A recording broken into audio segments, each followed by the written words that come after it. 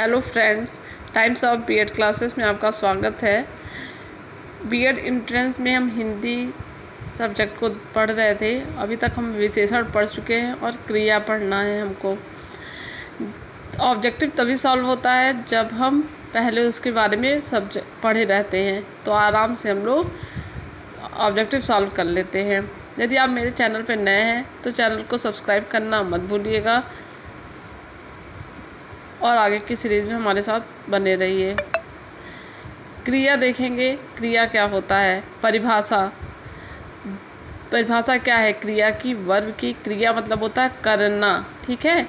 परिभाषा, जिस शब्द से किसी कार्य का होना या करना समझा जाए उसे क्रिया कहते हैं। जैसे खाना, पीना, पढ़ना, सोना, रहना, जाना आदि, ये सब क्या है? ये सब हैं क्रिया। धातु क्या है? क्रिया के मूल रूप को धातु कहते हैं। धातु से ही क्रियापद का निर्माण होता है, इसीलिए क्रिया के सभी रूपों में धातु उपस्थित रहती है। जैसे चलना क्रिया में चल धातु है और पढ़ना क्रिया में पढ़ क्या है? वो धातु है। प्रायः धातु में ना प्रत्यय जोड़कर क्रिया का निर्माण होता है। धातु के दो भेद होते हैं, एक होता है मूल धातु, एक होता है यौगिक धातु। मूल धातु या स्वतंत्र होती है तथा किसी अन्य शब्द पर निर्भर नहीं होती है, जैसे जा, खा, पी, रह आदि।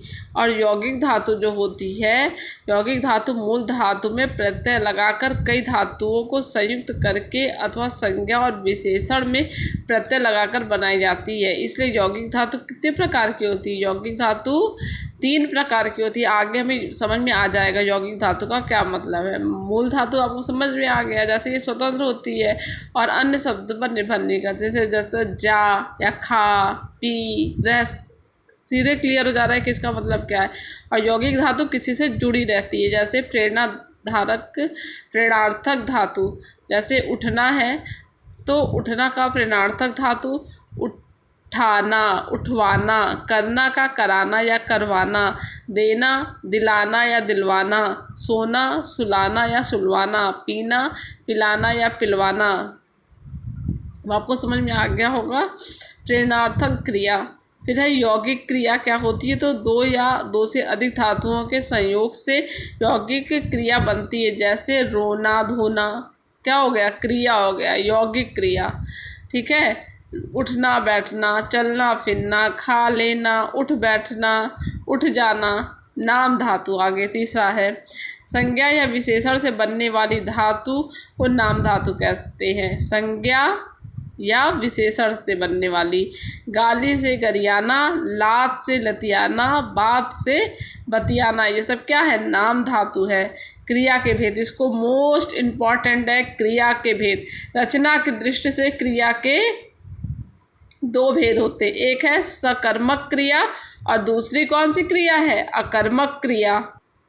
सकर्मक क्रिया में होता क्या है? सकर्मक, कर्म के साथ, ठीक है। सकर्मक, जैसे राम फल खाता है तो राम क्या खाता है? फल को खाता है। खाना क्रिया हो गई, वर्ब है, के साथ कर्म क्या है? कर्म उसका फल का खाता है। क्या खाता है? राम फल खाता है, तो ये कर्म के साथ है। सकर्मक क्रिया, जैसे सीता गीत गाती है, गाना क्या हो गया? उसका क्रिया हो गई। और क्या गाती है? तो गीत गाती है, तो ये कर्म हो गया। सकर्मक क्रिया इसी को कहते हैं। अब आगे देखेंगे अकर्मक क्रिया क्या होता है। आप ये याद कर लीजिए कि क्रिया पूछेगा क्रिया कितने प्रकार की होती है, तो क्रिया 2 प्रकार की होती है, सकर्मक क्रिया और अकर्मक क्रिया। अकर्मक क्रिया के साथ कर्म नहीं होता तथा उसका फल कर्ता पर पड़ता है।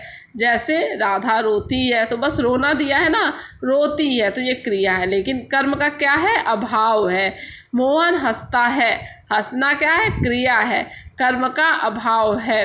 क्रिया के कुछ अन्य भेद हैं। सहायक क्रिया, जैसे मैं घर जाता हूँ तो जाना हूँ, जाना क्या है? जाना मुख्य क्रिया, हूँ सहायक क्रिया है। वे हंस रहे थे तो यहाँ पर हंसना मुख्य क्रिया और रहे थे तो सहायक क्रिया। फिर ये हो गया पूर्वकालिक क्रिया, नाम बोधक क्रिया। इसको आप कुछ छोड़ भी सकते हैं।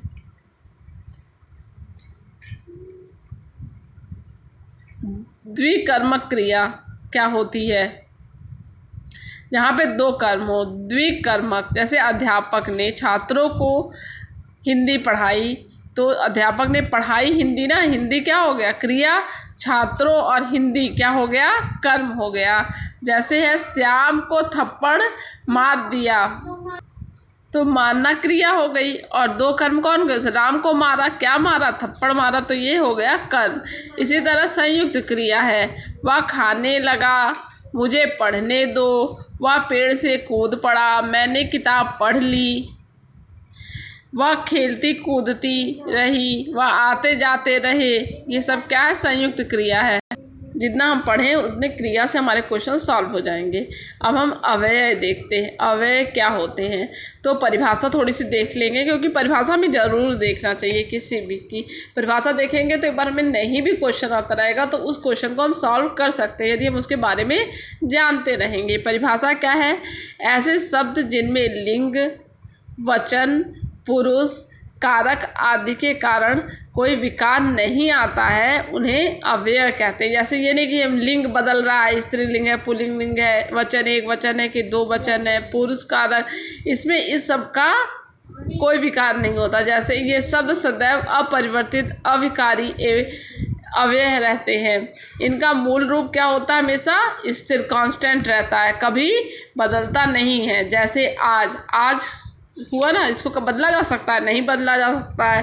कब? ये सब आप देखते रहिए। आज हो गया, कब हो गया, इधर, किंतु, परंतु, क्यों, जब, तब और अंततः, इसीलिए आदि। ये सब क्या है? अव्यय है। अव्यय के भेद कितने होते हैं? 4 भेद होते हैं। क्रिया विशेषण, संबंध बोधक, समुच्चय बोधक, विस्मय आदि बोधक, ये 4 होते हैं। इसको अच्छी तरीके से याद कर लीजिए। जो इम्पॉर्टेंट है उसको मैं बार बार बोलती हूँ कि ये इम्पॉर्टेंट है, इसको याद कर लीजिए। क्रिया विशेषण, संबंध बोधक, समुच्चय बोधक और विस्मय आदि बोधक।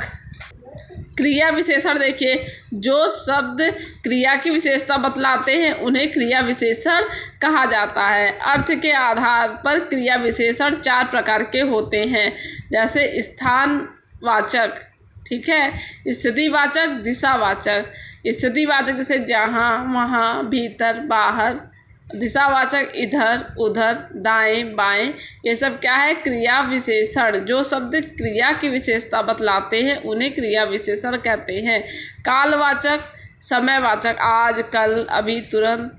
अवधिवाचक, रात भर, दिन भर, आजकल, नित्य, बारंबारतावाचक, हर बार, कई बार, प्रतिदिन। एकदम अच्छे से याद कीजिए इसको, ये क्वेश्चन आता है अब अव्यय में। परिणामवाचक, अधिकात्मबोधक, बहुत, खूब, अत्यंत, अति। न्यूनात्मबोधक, जरा, थोड़ा, किंचित, कुछ। पर्याप्त बोधक, बस, यथेष्ट, काफ़ी, ठीक। तुलनात्मक बोधक, कम, अधिक, इतना, उतना। श्रेणी बोधक, बारी बारी, तिल तिल, थोड़ा थोड़ा। रीतिवाचक जैसे ऐसे, वैसे, कैसे, धीरे, अचानक, कदाचित, अवश्य, इसीलिए, यथासंभव। ये सब क्या है? रीतिवाचक। संबंध बोधक जैसे वह दिन भर काम करता रहा, ठीक है, दिन भर काम करता रहा, संबंधवाचक है। दिन भर, कैसे भर? होल डे, दिन भर। मैं एक स्कूल तक गया था, इस विद्यालय तक गया था, तो तक। मनुष्य पानी के बिना जीवित नहीं रह सकता, तो जीवित नहीं रह सकता किसके बिना? पानी के बिना। तो संबंधवाचक, संबंध बोधक। आगे हम देखेंगे समुच्चय बोधक क्या होता है। 2 वाक्यों को परस्पर जोड़ने वाले शब्द समुच्चय बोधक अव्यय कहलाते हैं। तो समुच्चय बोधक जैसे सूरज निकला और पक्षी बोलने लगे। सूरज निकला और पक्षी बोलने लगे, तो यहाँ और हो गया, यहाँ और समुच्चय बोधक अव्यय हो गया। जैसे संयोजक किसका है? और, एवं, तथा, ये सब संयोजक हैं। विभाजक में या, अथवा, नहीं तो, ये सब क्या है? विभाजक। विरोध बोधक पर, परंतु, लेकिन, किंतु, मगर, वरन। परिणाम दर्शक, इसीलिए, अतः, अतएव। व्यक्तिबोधक, समुच्चय बोधक के भी 4 उपभेद हैं। कारणवाचक जैसे क्योंकि, जो कि, इसीलिए कि। उद्देश्यवाचक की, जो, ताकि। संकेतवाचक जो, तो, यदि, तो, यद्यपि, तथापि। स्वरूपवाचक की, जो, अर्थात, यानी। ये सब क्या है? समुच्चय बोधक हैं।